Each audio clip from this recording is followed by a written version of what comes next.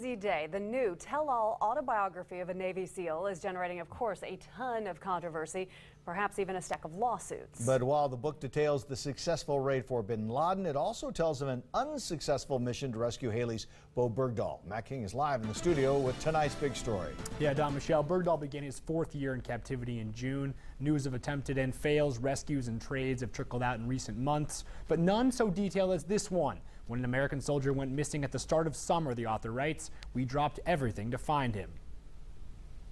I have a very, very good family that I love back home in America.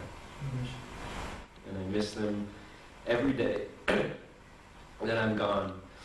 I miss them, and I'm afraid that I might never see them again. The evening after the Taliban first released this video of captured Idaho soldier Bowe Bergdahl, a former Navy SEAL says he and his team received a very credible tip on the imprisoned Hailey native's whereabouts. "We don't have much intel to go off of," that SEAL recounts his troop commander saying, "but this is a priority." Written under the pen name Mark Owen, No Easy Day dispels much of the criticism of the American government's lack of effort in rescuing Bergdahl. "Let me go, get me to come home." Owen recounts intelligence analysts tracking every and any lead in Bergdahl's disappearance, including the one that led he and his team to an area south of Kabul after the release of that first video. Owen recalls a full moon and a level of visibility normally leading decision makers to scrap a night mission. "We need to accept a little more risk because of who we're going after," Owen says his troop commander told him. The SEAL team landed in helicopters just outside the range of rocket-propelled grenades. Tracers dotted the night sky. And the SEALs began taking small arms fire as soon as they landed. "We weren't fighting second graders," Owen writes. "The Taliban are good fighters, and we already knew the operation had the potential to get squirrely." Owen says American snipers covered his advance, at one point igniting the propellant for one of those rocket-propelled grenades on an enemy fighter's back. "He looked like a giant sparkler," Owen recalled.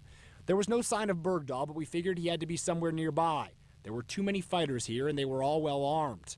The fighters had morphine kits and grenades. They were professionals, not farmers who picked up AK-47s when the crops weren't in season." Owen's team lost no men, killed every insurgent on site, and suffered one injury. Medics managed to patch up sufficiently to save the man's leg and life. They did not, however, find Bergdahl.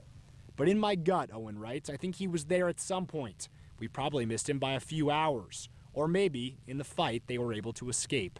"I'm a prisoner. I want to go home." Owen also mentions in less deal further attempts to rescue Bergdahl, calling it, quote, "a race to get him back before they smuggled him to Pakistan." American intelligence worried the Taliban might sell Bergdahl to a different terrorist network. Live in studio, Matt King, Today 6 on your side. The Department of Defense continues to be highly critical of No Easy Day. Officials could even take legal action. After reviewing it, the Pentagon now claims it contains classified information and may provide enemies with dangerous insight into secretive U.S. operations. The version of the events in the book conflicts with many details provided by the White House at the time. The White House claimed bin Laden was shot twice after resisting capture. In the SEAL author's account, instead, we have him being spotted, being fired upon, and then apparently falling back into the room with a bullet to the head. After that, the SEALs who enter the room, one of them grabs 2 women who are wailing over the body. The other 2 open fire on the still twitching form.